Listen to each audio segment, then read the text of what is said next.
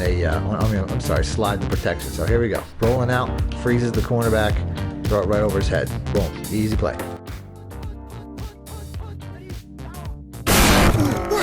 Welcome back, YouTubers and Madden fans. This is Madden Money Shot, snipping out the Madden cheese as always. I got some plays for you today out of the Patriots playbook. If you guys don't know, I'm pretty much on to the Patriots for the most part. I'm probably going to be doing them for maybe, I don't know, like a week or so before I put out their ebook.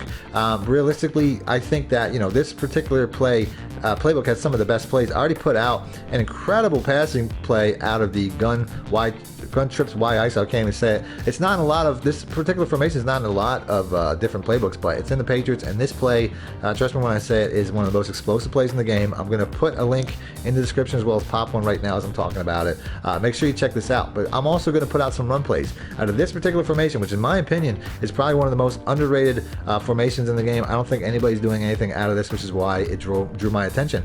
I put some plays out of this last year, but they're not, or maybe 2 years ago, but they're not anywhere near the caliber that I'm going to show you right now. So what we're going to do, we're going to pick that first. I'm going to start off with the run plays. There's probably 3 run plays. They're all somewhat similar, and there's probably about 2 pass plays that are really good. So let's go ahead and let's pick the 94 Will first. Just want to make sure that you have, you know, one of your faster running backs. All I'm going to do in this particular play is flip it with the right stick to the left, and I'm going to motion over this receiver pretty much every time with every play that I show you, so that it's going to have a, you know, a uniformed look. So this is pretty much it. Here I'm going to have a huge cutback lane, which was not the plan, but I wanted to take it outside. But you can see how there's a huge hole there. This is not necessarily the most explosive play in the world. This should be, though. This is not a very good defense, but realistically, you know, that's what I'm going for. Like right there, I just didn't. I got somewhat arm tackled, but it was still a big hole. So I'm going to do this a couple times, and like I said, I have 2 more run plays. I think they get better as I go along, though, to be honest with you. So let's go ahead and let's do this. You can see we're just manhandling, you know, this line. This type of play just manhandles this. If it's a man coverage, you don't necessarily want to motion this guy over. You know, realistically, if it's a man coverage, motioning over Hooper would be the best play because nobody follows. So I'm not sure if this is a man coverage or not, but realistically, if you diagnose man, do that. But anytime it's a zone, you're going to want to do Sanu. So here we go. Looks like a zone once again. That does more than one thing. What that does, motioning over that receiver, is it basically it pulls away a linebacker, which is kind of the point. So let's go ahead and let's look at the replay real quick. I'm going to go ahead and look into that just to show you what I'm talking about. But basically, when I motion over this receiver, and it doesn't let me reverse it back, but this defender in front of him splits out wider, which is why the blocking creates the hole like it does. Now, like I said, it didn't let me do that. Maybe it'll do it on the next play, though. When it's a zone coverage, which is what most people run, motioning this guy over, like I said, it'll typically have the reaction like it did with the cornerback there, sometimes the linebacker, where it'll pull him outside, and that's why it'll be successful. As you can see right there, that's just not a great defense to run against. I don't know why. I don't know why that defense was like that, because I could have swore I picked 3-4, but now it almost looks like I picked something different. So here's a 3-4. So like I said, you saw how that linebacker motioned over. Let's go ahead and let's do that again. You see how when I motion him over, it brings over that linebacker. Like right there, the linebacker's already out, but the cornerback is moving out now. So that's going to create all the lane that I need if I just get up inside right here. If I'd have got outside, that'd have been an easy touchdown once again. Good play. It's definitely going to make that play bigger when that guy reacts. So here we go once again. You know, this is, like I said, I have that gap already. There's a huge gap there already. I don't really need the reaction. You know what I mean? Like right there, and that 70 just was perfect. So, like I said, if you have a gap, you know, you're going to have it regardless. If you need that reaction and you don't get it, it's still going to be there. You know what I'm saying? Even if nobody pulls out, like that linebacker pulls out a little bit, that's perfect. He didn't pull out much, but it's still going to be there. Still a great inside run. And I actually jump cut it inside way too much, right? I could have bounced that outside for a big play. I find the second best play, and it's going to be beneficial with the pass plays, is the fullback power. Just make sure that you manually substitute a running back here where the fullback is, because like I said, that's going to be important when it comes to the pass plays anyway. So let's go ahead and let's pick that. Oh, same setup applies, motioning over this guy. And now this is just a natural counter. You know what I'm saying? They're going to be expecting that run outside. Boom, you just hit him with this run right up the center here. And you know what I'm saying? The fullback dives are always pretty glitchy.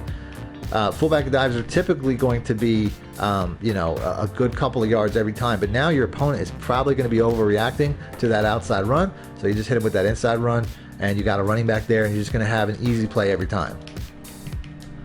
You know, these fullback dives, they've been really, you know, I don't want to say glitchy, but they really are guaranteed to get a couple of yards. Like I said, this will keep perfect balance. As you can see right here, he just carries a guy for like 7. But, you know, that's what the fullback dives are for. Inside runs, outside runs. I have one more run play that's in an inside run. You know, but that's more to the running back. But like I said, I mean, these fullback dives, you're just getting these power runs, and that's really what that's about. Like I said, I mean, that motion really helps with the run play, but what it's really doing is it's setting up some of these pass plays. So the first pass play I'm going to pick is the bench switch.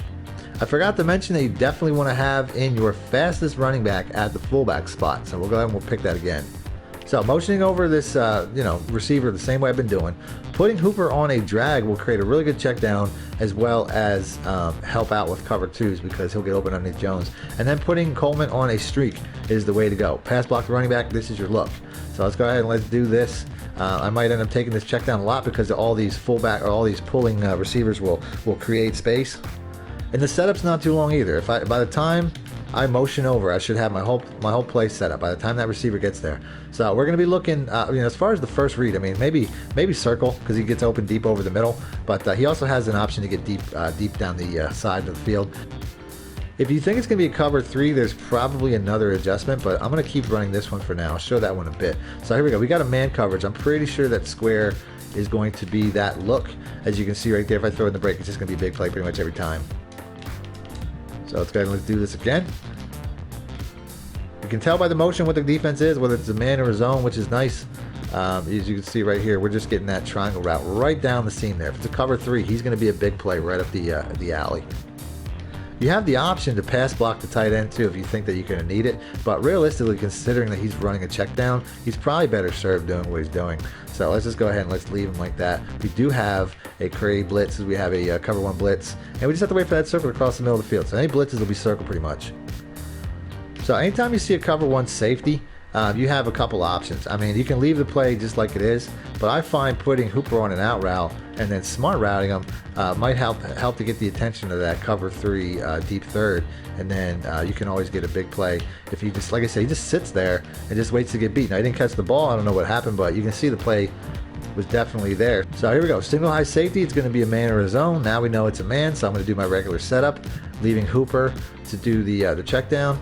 And we're going to go and take the check down because he's definitely just wide open going across the middle. So single high safety once again.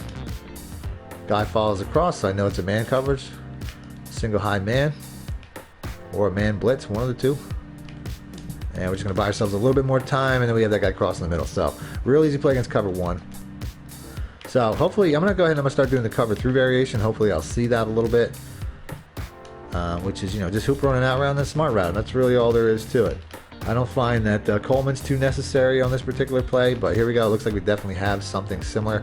I'm rolling out for my protection, and we're just going to throw it up over the top of the cover 3 corner. If I had a little more time, it would have been better. The cover 3 variation, I think it relies on the rollout. I don't think you can necessarily do it from the pocket. This looks like a cover 2 man though, obviously. So, you know, that's just something to be aware of. As you can see, anytime you got cover 2 man, obviously, this is going to be a big play up the middle too. So that's pretty much the route every time. So here we definitely got a safety blitz. Going to go ahead and I'm going to shift my line to the right. We got an all out blitz. There we go. Just have to throw that right real quick. But since I got to roll out, definitely want to put this looks like a cover 2, but definitely want to put that guy on a slide the protection. So here we go. Rolling out, freezes the cornerback, throw it right over his head. Boom, easy play. But like I said, you got to roll out though. That's the thing. So I'm not sure what this is. We're gonna go ahead. We're gonna slide the protection though. We're gonna plan on rolling out. Like I said, your component probably won't be QB containing and stuff like that based off of the run plays anyway.